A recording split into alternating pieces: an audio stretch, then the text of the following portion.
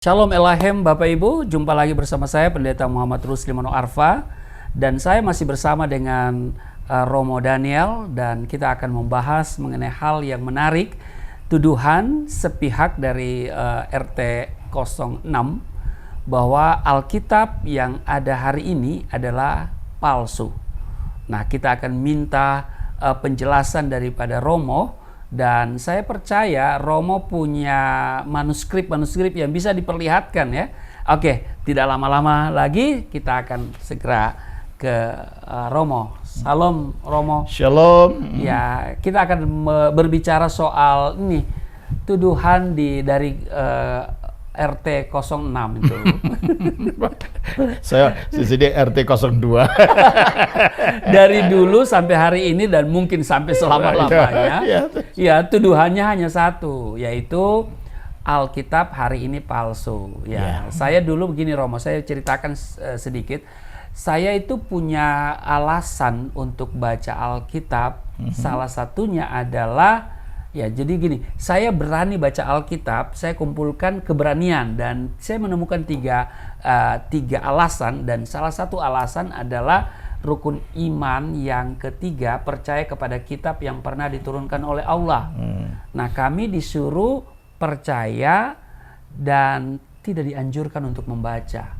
Opini yang dibentuk oleh pihak RT 6 itu bahwa jangan baca Alkitab, harinya Alkitab ini palsu. Malah mereka mengejek dengan kata biblela, segala macam. Pokoknya katanya itu kalimat itu nggak enak. Nah, makanya saya dulu juga selalu berkata kepada teman saya namanya Semi Dangawa, anak seorang pendeta gereja sidang jemaat Allah, satu kelas dengan saya selalu bilang, Alkitab itu palsu. Saya berpikir begini Romo, kalau dia bertanya kepada saya, ya, kalau Anda katakan itu palsu, lalu yang asli mana? Bagian mana yang dipalsukan? Kapan dipalsukan? Siapa yang memalsukan? Nah, bagaimana menurut Romo nih? Pasti Romo punya bukti-bukti otentik nih. Silakan Romo. Pertama-tama, sebelum kita membahas, saya sebagai orang Kristen, saya lebih percaya yang dikatakan Yesus. Oh, ini Bapak Ibu ya. Jadi lebih percaya pada apa yang Yesus katakan ketimbang RT 6 ya. Pertama, taruhlah orang tidak percaya dia Tuhan. Oke. Dia nabi saja. Oke. Kan nabi itu maksum menurut ajaran dia. Maksum artinya tidak bisa bohong dan tidak bisa salah. Maksum ya namanya. Ya. Nah, Nabi yang maksum ini mengatakan di dalam Matius 24 ayat 35. Ya, langit dan bumi akan berlalu, tetapi perkataanku tidak akan berlalu. Nah, kalau dia sendiri menjamin bahwa perkataannya tidak akan berlalu, mereka yang menuduh bahwa perkataan Yesus itu sekarang dipalsukan, berarti menuduh imannya sendiri, mengatakan Nabi bohong. Cuma masalah begini Romo ya, jadi mereka itu katakan bahwa Taurat diturunkan oleh Allah kepada Nabi Musa, Zabur diturunkan oleh Allah kepada Nabi Daud, ya. Lalu kemudian Injil itu diturunkan oleh Allah kepada Nabi Isa. Nah, ini bagaimana nih? Ini klaim dogmatik. Oh. Bukan kenyataan sejarah. Klaim dogmatik itu apa maksudnya? Pernyataan dogma keyakinan yang diklaim bahwa ini kebenaran sejarah. Umpamanya, ya gambarannya lah nenek moyang kita dulu. Percaya ada timun emas mau dikejar raksasa, mau dimakan. Apa memang benar ada timun emas itu? Oh iya. Lah, kalau nenek saya dulu ya kan memang ada lah, itu klaim dogmatiknya nenek. Dogma permintosan gitu. Iya. Gitu kan. Ya seperti itu, keyakinan yang diyakini secara ajaran dogma lalu ditarik dalam realitas sejarah nyata. Padahal kata Injil itu bahasa Arab yang diambil kemungkinan dari, kalau tidak bahasa Syria, bahasa Ethiopia. Ya ini menarik nih. Ya. Bahasa Abyssinia. Abyssinia ya. Yang dalam bahasa Abyssinia bunyinya Wangel. Wangel ya. Dan orang Arab Mesir mengucapkannya Injil. Iya, Injil, J jadi G ya. Ya. Nah, dari Injil ini orang Arab Sarum mengatakan Injil. Wangel ini berasal dari kata evangelion. Evangelion ya. Yang artinya kabar sukacita. Jadi kalau gitu,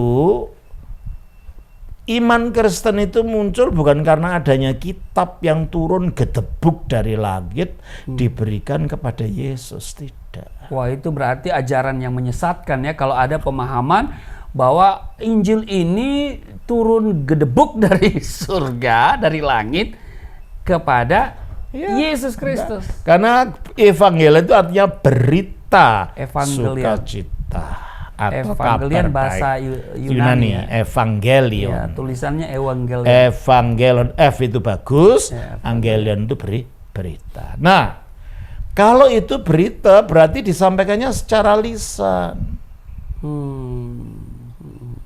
Ya kan? Berita tentang apa?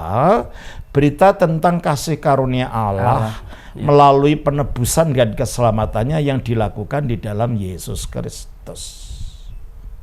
Jadi Injil itu adalah Yesus dan karyanya itu. Jadi Injil itu adalah Yesus itu sendiri ya? Iya, dan karyanya. Karyanya bagi keselamatan manusia. Oleh karena itu Injil itu bukan kitab manapun dan tidak ada sejarah manapun yang mengatakan Yesus meninggalkan satu kitab kepada murid-muridnya, dan murid-muridnya tidak ada tulisan yang ada pun yang mengatakan bahwa pernah ada kitab yang dibawa Yesus. Yesus tidak pernah mengajarkan berdasarkan suatu kitab yang dibaca, dia mengajarkan dari otoritasnya sendiri. Ya. Nah, satu contoh bagaimana proses berita menjadi kitab. Ya. Kita baca dalam Lukas 1 ayat 1 sampai 4. Lukas pasal 1 ayat 1 sampai 4. Ya, saya akan bacakan. Theophilus yang mulia, banyak orang telah berusaha menyusun suatu berita. Stop. Berarti berita sudah ada dulu. Dan komunitasnya Lukas ini banyak orang yang mau menyusun. Lukas adalah seorang dokter.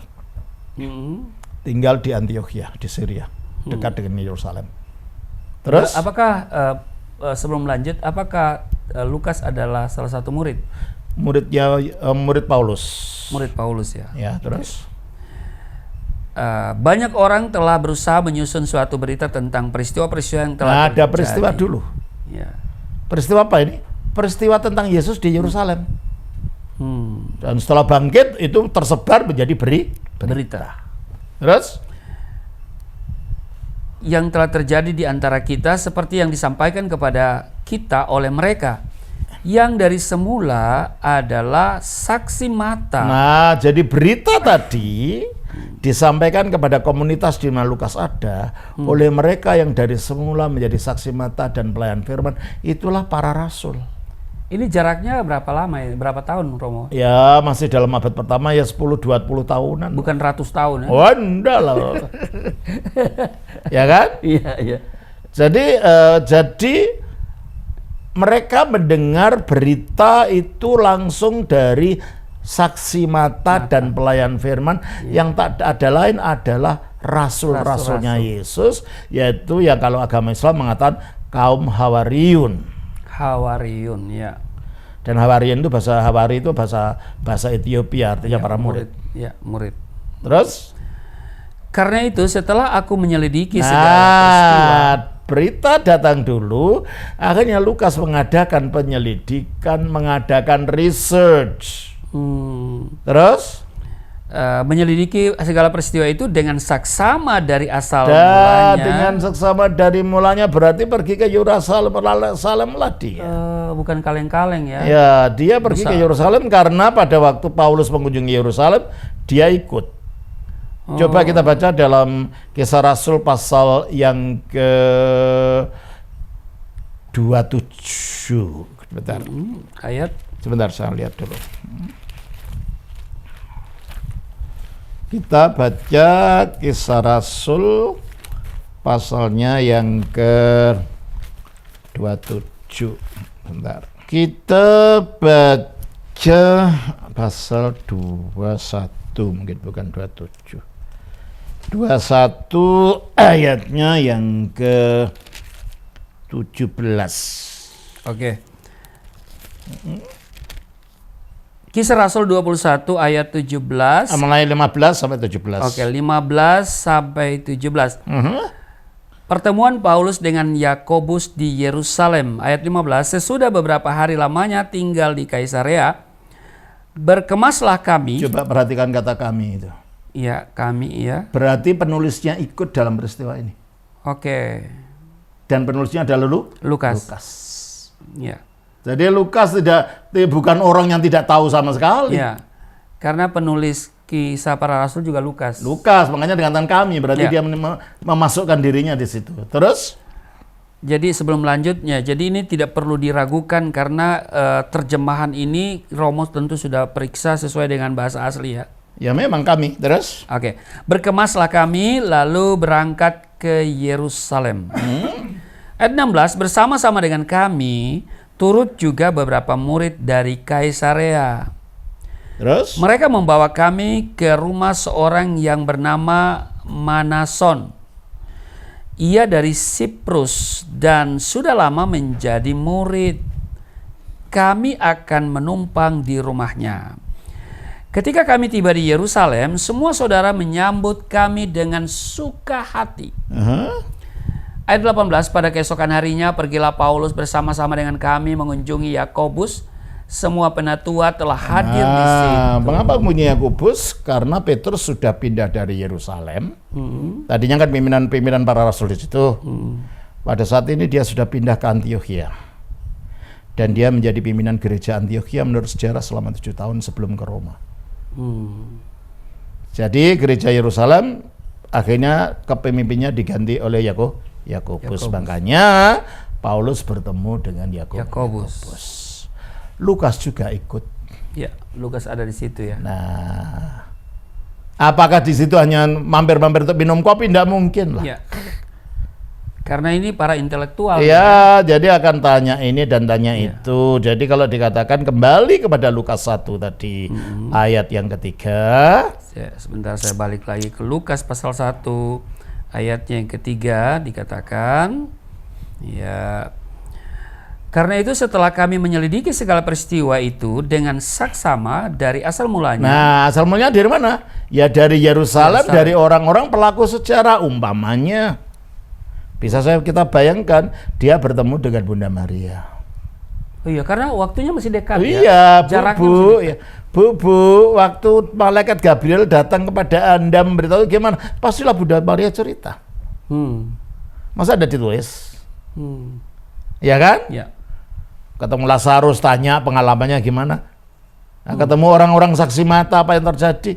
Akhirnya dia punya bahan gitu loh. Ya kan? Terus? Aku mengambil keputusan untuk membukukannya berarti dengan catatannya teratur. itu dibukukan, barulah jadi kitab. Karena kitab ini memberitakan tentang Kristus yang membawa keselamatan. Akhirnya kitab ini disebut kitab berita sukacita atau kitab Injil.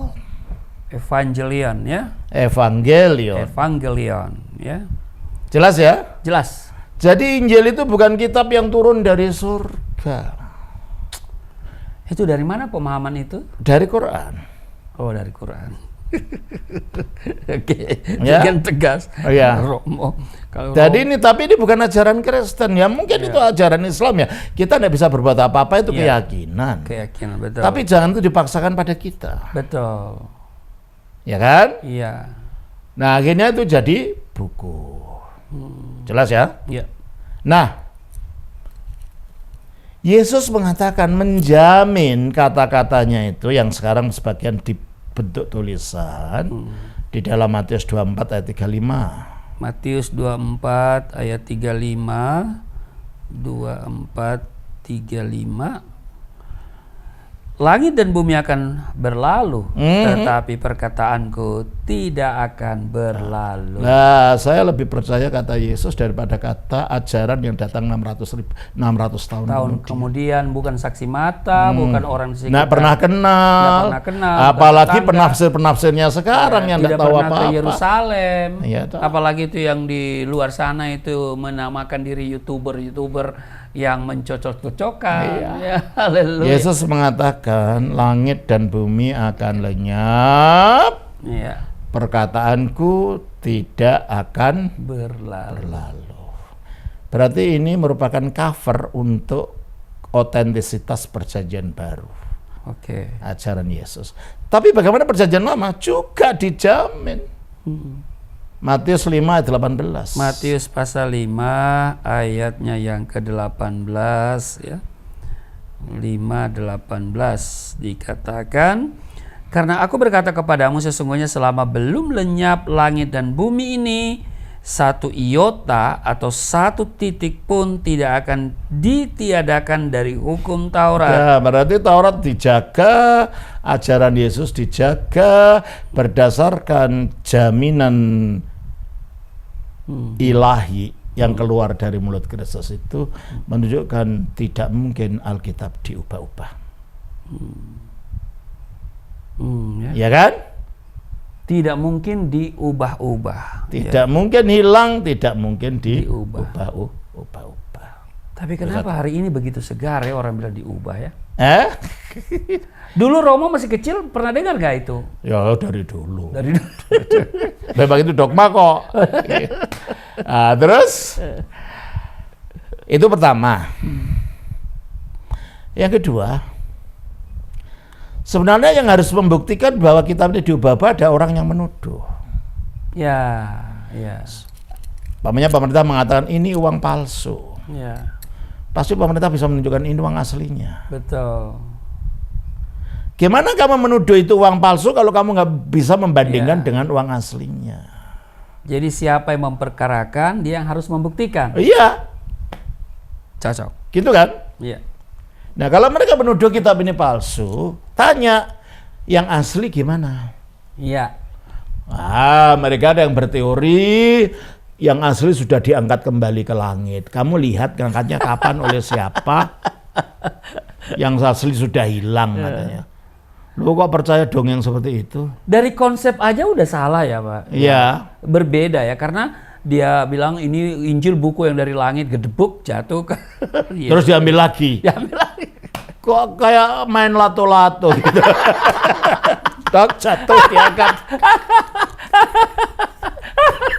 Ini orang-orang ini apa ya dipikirkan itu kan ya. Jadi kalau begitu pertanyaannya, kalau betul ini diubah-ubah, seperti yang Bapak katakan tadi, kapan diubahnya? Iya. Tahun berapa?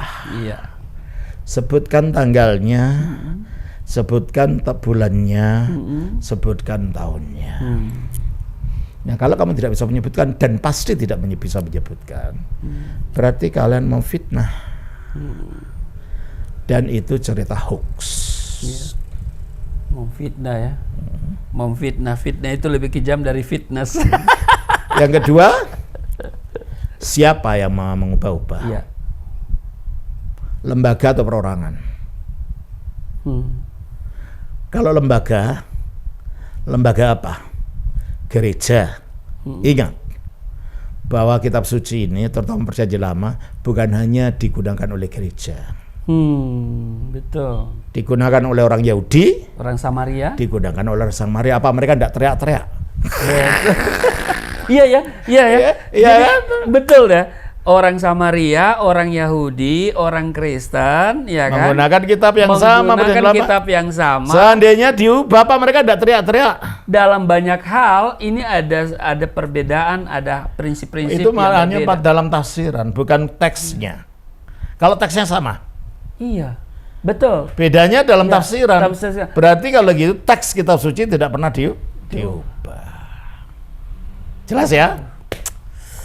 Yang ketiga, kalau lembaga ya. Kalau perorangan siapa? Sebut namanya. Iya.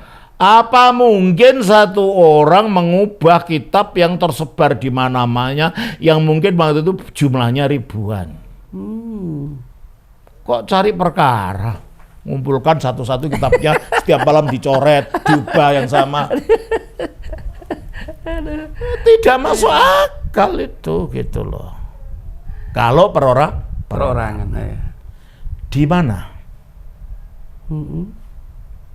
Sebutkan tempatnya. Di kota mana? Di negara mana? Lalu kitab-kitab yang dikumpulkan mau diubah itu dikumpulkan di lapangan atau di mana untuk dibuka satu-satu? Iya. Dan tidak mungkin dikerjakan oleh satu orang. Nah iya, berapa uang yang dibutuhkan untuk mengumpulkan ahli bahasa karena kitab suci sudah diterjemahkan dalam macam-macam bahasa. Oke, mungkin istilah itu atau bukan istilah, mungkin tuduhan itu muncul 700 tahun kemudian. Nah ya memang. Nah, ya itu benar juga ya. 700 tahun kemudian, padahal Alkitab itu sudah diterjemahkan dari berbagai bahasa. Nah, jadi kalau betul di mana gitu loh. Lalu mengumpulkannya kitab di satu tempat untuk diubah itu apa? Dinaikkan gerobak. Iya betul. Hah? Iya. Dinaikkan gerobak lalu dikumpul satu-satu untuk diubah satu-satu. Ya? Iya. Loh, itu terjemahnya udah bahasa Syria, bahasa Latin, bahasa Koptik, bahasa Armenia, bahasa macam-macam. Gimana sih? Iya, betul. Iya kan? Terus selanjutnya itu diubah sebelum Nabi Muhammad lahir atau sesudahnya? Nah, itu dia. Kalau sebelum, kita punya kodeks-kodeks manuskrip yang ada dari abad keempat dan isinya utuh. Ada kodeks Alexandrinus, ada kodeks Vatikanus, ada kodeks Sinaiticus, macam-macam yang ternyata itu kitab utuh yang isinya tidak ada bedanya dari kitab-kitab yang kita baca punya sekarang. Wow. Kalau itu sebelum datanya Muhammad. Ketika datanya Muhammad, kami di gereja Ortodoks, kami sudah ada di Konstantinopel, gerejanya gereja Hagia Sophia, belum jatuh ke tangan Turki. Oh iya betul. Dan kami punya bukti-bukti kitab apa yang kami baca di zaman itu. Ya kitab yang sama ini. Tidak ada bedanya. Ya tidak. Kalaupun ada mungkin terjemahan kali ya. Nggak ada. Perkembangan bahasa. Maksud saya apa kitab yang sama ini? Ya. Iya. Dan kalau itu sesudah datangnya Nabi Muhammad, terlalu terlambat karena itu sudah tersebar kemana-mana, lebih banyak bahasa yang diterjemahkan ke dalamnya. Apalagi waktu itu pada abad ke-7 itu sudah banyak bidat-bidat. Seandainya bidat-bidat dia mau diajak setuju untuk mengubah kitab suci yang semua. Ya kan? Betul. Monofisi tidak akan setuju dengan Nestorian tidak akan setuju dengan Ortodoks. Ayo ubah kitab suci rame-rame, mana bisa? Nggak mungkin lah. Iya. Ya. Jadi dari fakta-fakta ini jelas muskil dan tidak mungkin ide bahwa kitab suci itu diubah-ubah. Ya.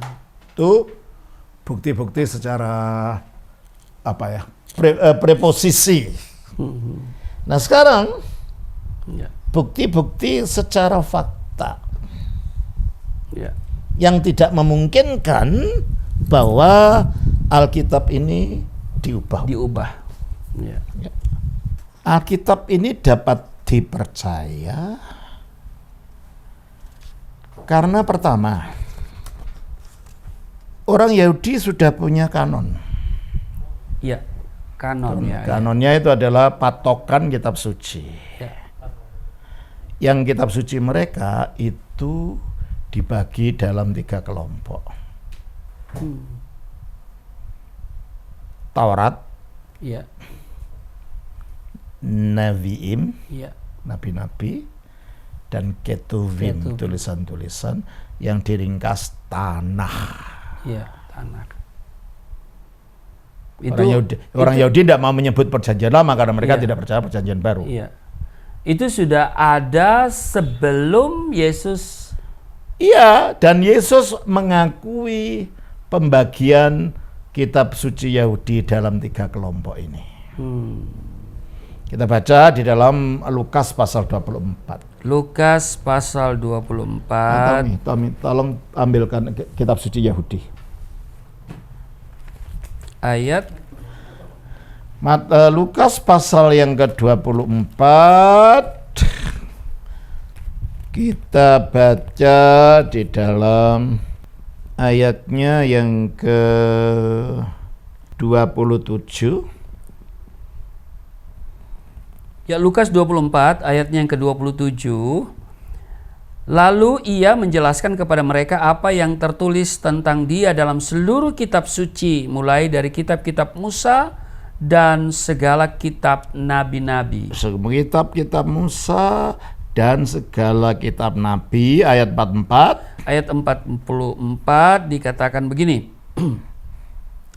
Ia berkata kepada mereka, inilah perkataanku yang telah aku katakan kepadamu ketika aku masih bersama-sama dengan kamu, yakni bahwa harus digenapi semua yang ada tertulis tentang aku dalam kitab Taurat Musa, dan kitab nabi-nabi dan kitab Mazmur.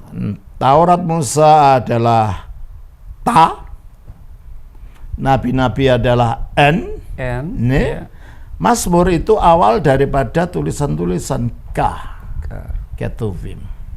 Jadi Yesus percaya pembagian daripada kitab suci Yahudi ini dalam 3 kelompok. Dan kitab itu sampai sekarang digunakan oleh orang Yahudi. Jadi paling tidak sejak zaman Yesus sampai sekarang, ya kitab itu yang digunakan orang Yahudi. Nah, kalau orang ini percaya bahwa Yesus itu nabi dan mengiyakan kitabnya orang Yahudi, dan sekarang mereka mengatakan itu palsu, berarti orang ini menuduh nabi ini berbohong karena meneguhkan kitab yang palsu. Betul nggak? Ya, jelas. Betul. Nah, berarti kalau begitu,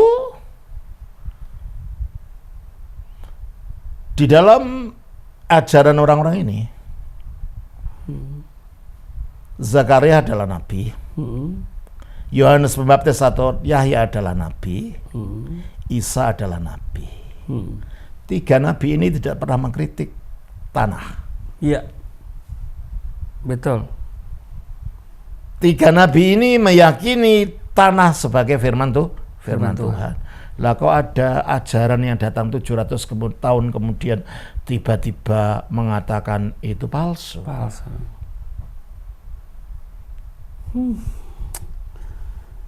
Jadi, betul nggak? Betul. Nah, tapi gini loh, mereka kadang-kadang, ya saya juga dulu Romo ya, yang asli itu justru Injil Barnabas begitu. Injil Barnabas itu bahasa aslinya bahasa Italia dialektuskan. Pada zamannya para rasul, bahasa Italia belum ada. Yang ada adalah bahasa Latin. Dari bahasa Latin itulah pecah menjadi bahasa Itali, bahasa Spanyol, bahasa Portugis, bahasa Rumania, bahasa Perancis. Dan tidak mungkin para rasul bisa menggunakan bahasa Itali. Itu. Selanjutnya kalau kita Injil Barnabas, Di dalam pasal berapa itu mengatakan Yesus itu naik perahu dari Kapernaum ke Nazaret. Tahu kan udah ke Yerusalem kan? Iya, saya udah 12 kali. Kapernaum kan di pinggir pantai. Nazaret di atas gunung. Naik perahu terbang. Perahu karet kali Perahu ya. karet. Ini saudara kitab suci Yahudi. Terjemahan bahasa Inggris. Dan masih pembagiannya adalah masih 3 itu.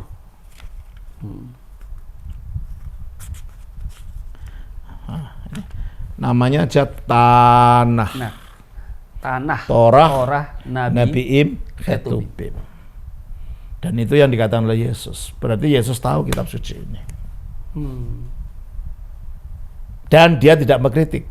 Yang dikritik bukan teksnya, yang dikritik tafsiran para pemimpin agama waktu itu. Beda kan? Betul. Ya, tafsirannya ya, yang dikritik. Tafsiran. Ya. Nah, kembali kepada Injil Barnabas tadi. Data-data internal membuktikan itu tidak ditulis pada zamannya para rasul. Jauh sesudah itu ya? Ya, jauh sesudah itu. Jauh, mungkin sudah di zaman revolusi Ya, di dalam pembukaannya dikatakan inilah Injil yang asli dari Yesus yang disebut Kristus. Tapi di dalam pasal 300 kalau tidak salah, aku bukan Mesias. Padahal Mesias dan Kristus itu artinya sama. Kristus itu bahasa Yunani, Mesias itu, Masiah itu bahasa Ibrani. Berarti penulisnya tidak tahu bahasa Ibrani maupun bahasa Yunani. Gimana dia seorang rasul tidak tahu bahasa Ibrani? Mungkin kalau di zaman sekarang dia YouTuber. Jelas itu ya. Jelas. Nah, Oke. Nah itulah beberapa pemikiran yang perlu kita pikirkan tentang tidak mungkinnya bahwa kitab suci ini telah diubah. Sekarang bagaimana buktinya? Iya. Sebentar, bagaimana kita percaya tentang bukti-bukti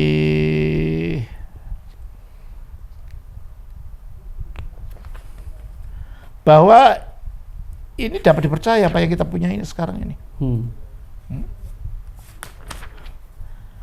Pertama adalah mengenai bukti sejarah, arkeolog. Ya, bukti manuskrip. Manuskrip. Bukti naskah perjanjian baru. Tidak ada kitab kuno yang punya naskah-naskah manuskrip peninggalan semelimpah perjanjian baru. Hanya perjanjian baru ya? Ya. Jumlahnya berapa? Ada 5.300 naskah Yunani. Ditambah lagi lebih dari 10.000 naskah Latin Vulgata.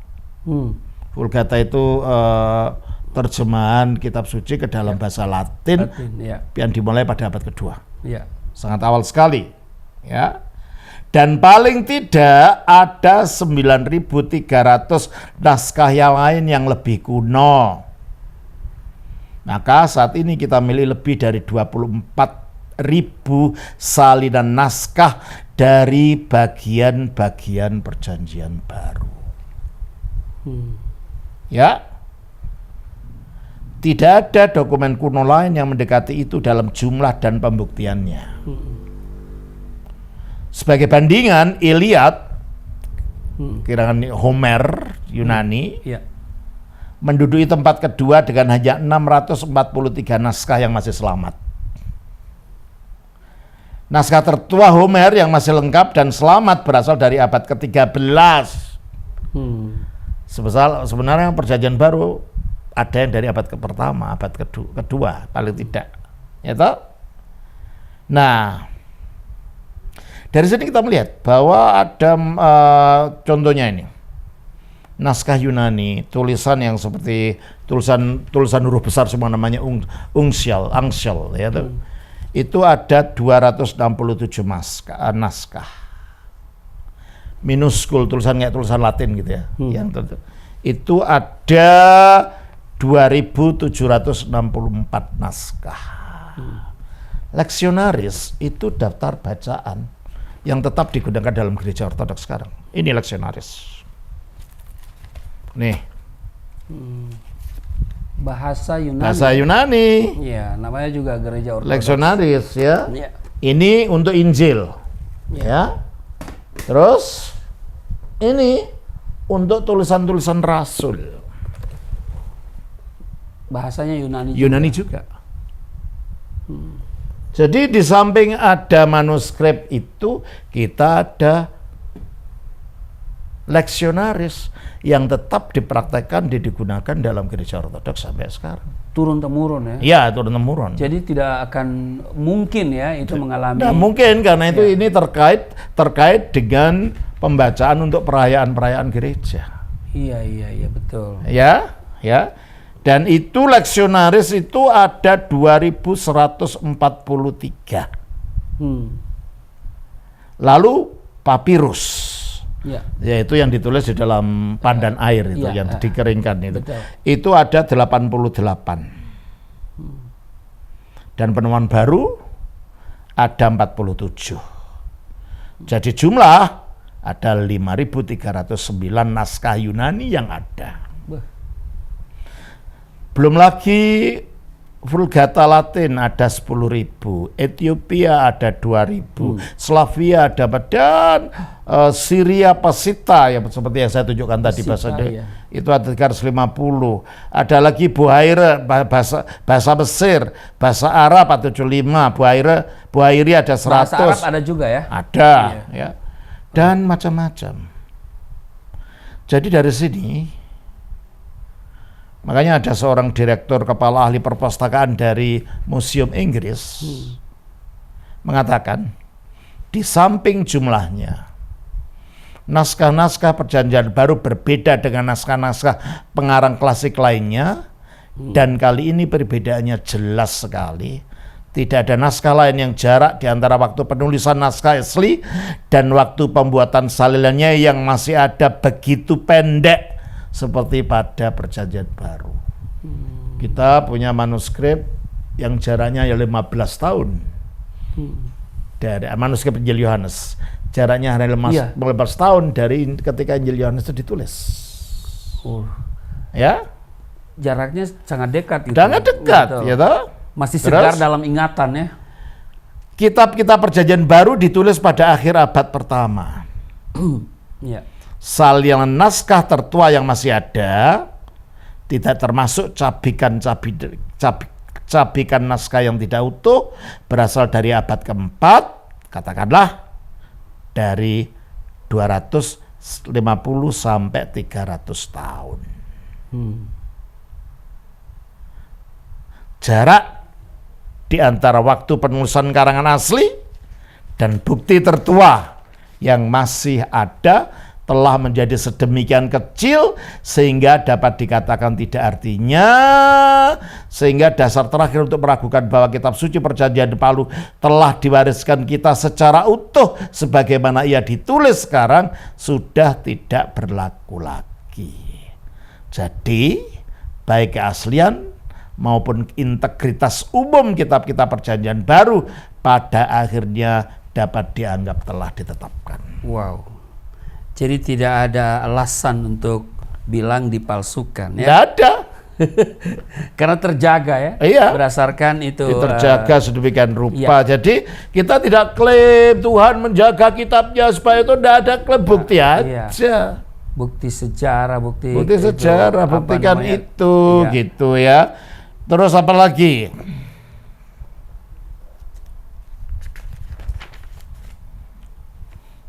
Ya, kita mungkin tidak bisa membahas semuanya karena luas ini, ya. Betul.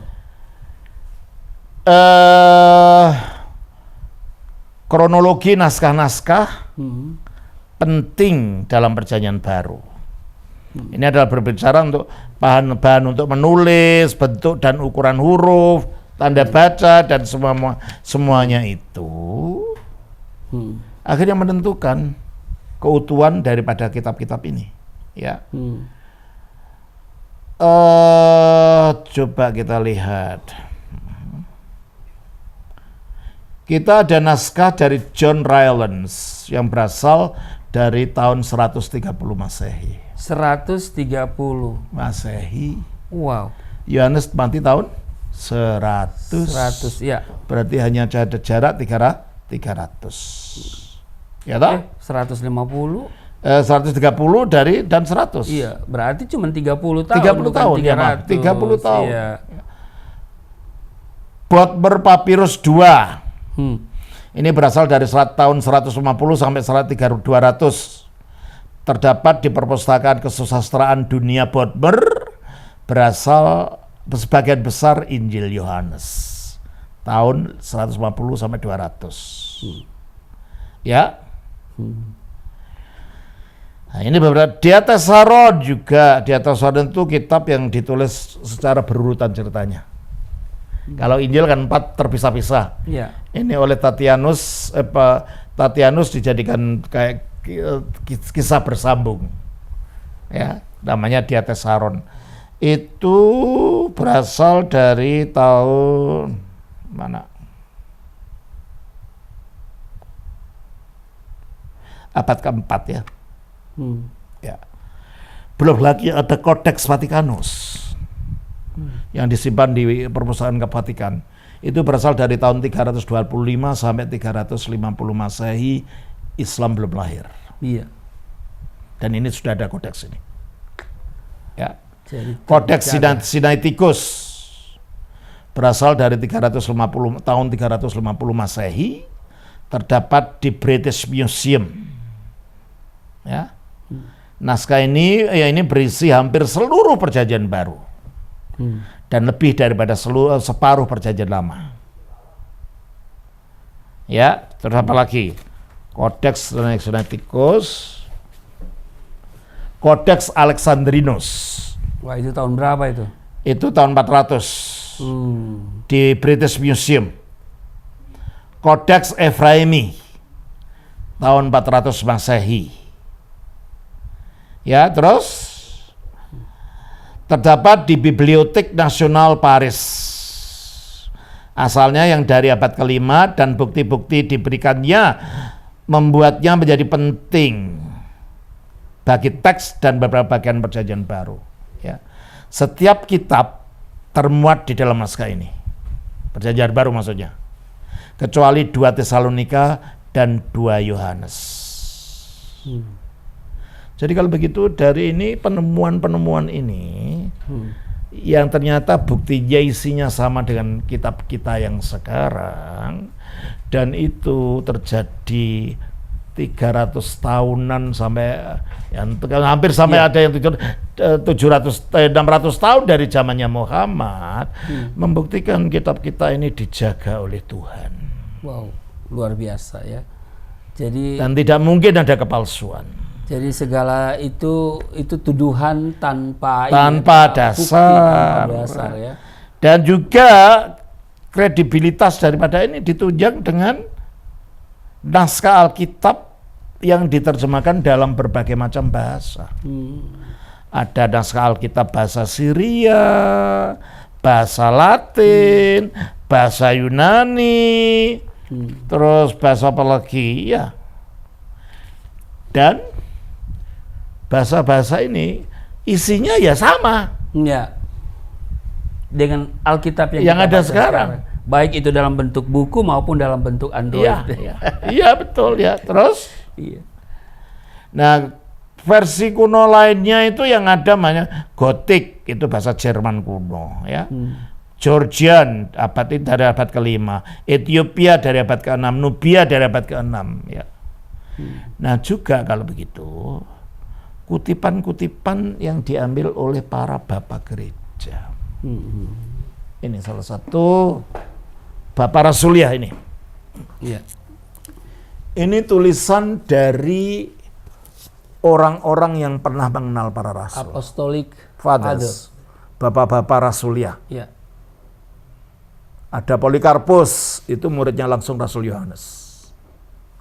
Ada Clement, itu muridnya Paulus dan Petrus juga.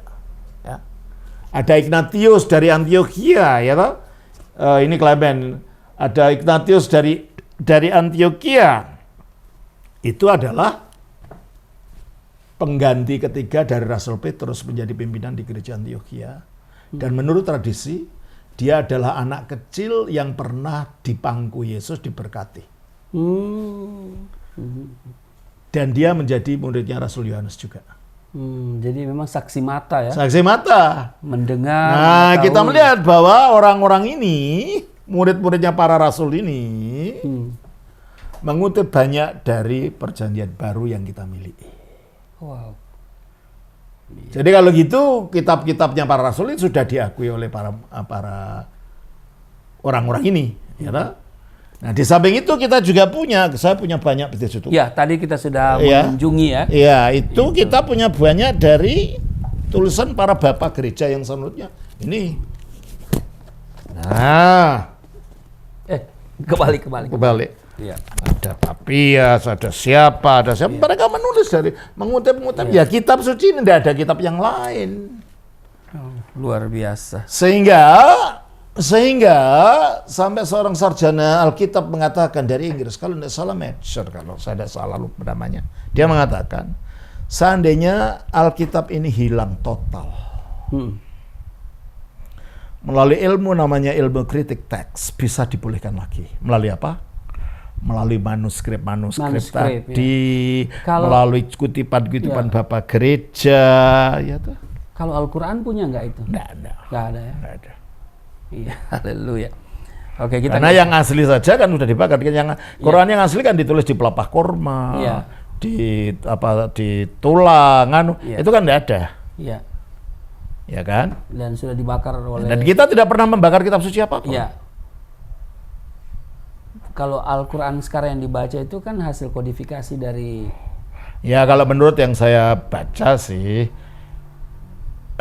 Itu berasal dari revisi dari Mesir tahun berapa? 19 ya, sudah 1900. Ya. Jadi kalau mau dibandingkan dengan manuskrip Alkitab, tidak ada yang bisa dibandingkan. Menunjukkan bagaimana telitinya dan bagaimana berkuasanya Tuhan melindungi firman-Nya. Wow, luar biasa. Jadi Bapak Ibu, ini sesuatu penjelasan yang membuat kita semakin yakin bahwa tuduhan dari RT 06 itu tuduhan tanpa dasar. Jadi diabaikan saja. Karena kembali lagi seperti Romo katakan, Romo lebih percaya pada apa yang Yesus katakan. Ya. Dan Alkitab yang kita baca hari ini ya itu sama dengan yang dibaca oleh gereja-gereja yang dari dulu. Dari zaman dulu. Dan saya punya ini manuskrip ini, namanya apa ini? Ya. The text of the earliest New Testament Greek manuscript. Ya. Teks naskah dari manuskrip Yunani Perjanjian Baru yang paling awal. Wow, luar biasa. Ya. Jilid 1, jilid 2. Di sini kita bandingkan, bisa kita bandingkan. Iya. Ya. Jadi, ini isinya. Nah, ini teks-teksnya. Ini ada gambarnya itu. Iya. Ya. Jadi, ya, itu. Saya itu Romo waktu saya sudah membaca Alkitab, sudah menemukan hidayah, petunjuk-petunjuk itu. Ya, di dalam hati saya itu mengatakan bahwa ini kebenaran, tapi pikiran saya masih menentang gitu kan. Karena ajaran-ajaran itu palsu dan segala macam. Tapi saya itu mulai yakin, seyakin-yakinnya itu, dan dengan mantap ambil keputusan untuk mengikut Yesus dan harus mengikuti apa yang Alkitab katakan ya. Itu ketika saya membaca Roma pasal 1 ayat 16 dan 17. Saya simpulkan dalam satu kalimat pendek, Injil adalah kuasa Allah. Ya, kebenaran dan kekuatan Allah yang menyelamatkan. Ya. Jadi mantap saya ambil keputusan, Romo. Ya. Jadi Bapak Ibu, tadi Romo sudah menjelaskan ya, bagian mana yang dipalsukan, siapa yang memalsukan, kapan dipalsukan, itu semua tidak ada ya. Itu hanya tuduhan tanpa dasar ya. Karena itu jangan ragu ya. Baca Alkitab. Maka itu kita jangan malas baca Alkitab, Bapak Ibu ya. Satu saat Alkitab mungkin dilarang kita baca, mungkin dibakar, tapi tadi Romo katakan kalaupun Alkitab ini hilang, bisa dipulihkan. Bisa dipulihkan. Karena manuskrip tahu di kutipan-kutipan para bapak gereja, leksionaris, ya ada kodeks-kodeks yang ada yang tersimpan di mana-mana. Dengan melalui ini para sarjana bisa memulihkan kembali. Wow, luar biasa. Ya. Jadi Bapak Ibu, banyak hal sebetulnya yang saya mau gali ya berhubungan dengan iman Kristen. Tapi memang waktu juga ya. Ya, karena itu Bapak Ibu dukung kami, jangan lupa subscribe, ya, like, komen yang positif. Ya, juga link ini di-share kepada yang lain dan aktifkan lonceng notifikasi. Dan bagi Bapak Ibu, saya berada di tempatnya Romo Daniel ini, dan Bapak Ibu jika mau mendukung pelayanan Romo, ya, ada nomor rekening di sini, ya silakan menabur di sana. Dan juga kalau mau dukung pelayanan saya melalui Yayasan Pelayanan Galilea Indonesia, ada nomor rekening juga di sana di deskripsi. Oke, terima kasih Romo. Terima kasih banyak. Mungkin ada closing statement yang... Ya, closing statementnya adalah Yesus sing ada lawan. Kuncinya belajar ya. Sing ada lawan. Iya. Kalau kita belajar ini pasti saudara menemukan kebenaran itu. Betul. Ya. Jangan cari di mana-mana. Oke. Inilah yang secara ilmiah dapat dibuktikan faktanya. Iya. Secara ajaran kalau kita mengerti secara benar itu memuaskan batin. Iya. Dan akan membawa kita kepada keselamatan kekal itu. Oke. Jangan ragu, percayalah pada Tuhan Yesus. Terima kasih. Terima kasih. Romo, ya. Terima kasih. Saya merasa, aduh saya nggak ada apa-apanya ini. Waduh, saya belum sampai pada ilmu itu, mana ini juga perpustakaan yang luar biasa. Oke, baik Bapak Ibu ya. Saya akhiri sampai di sini. Ya, salam sehat, Tuhan Yesus memberkati. Shalom. Shalom. Terima kasih.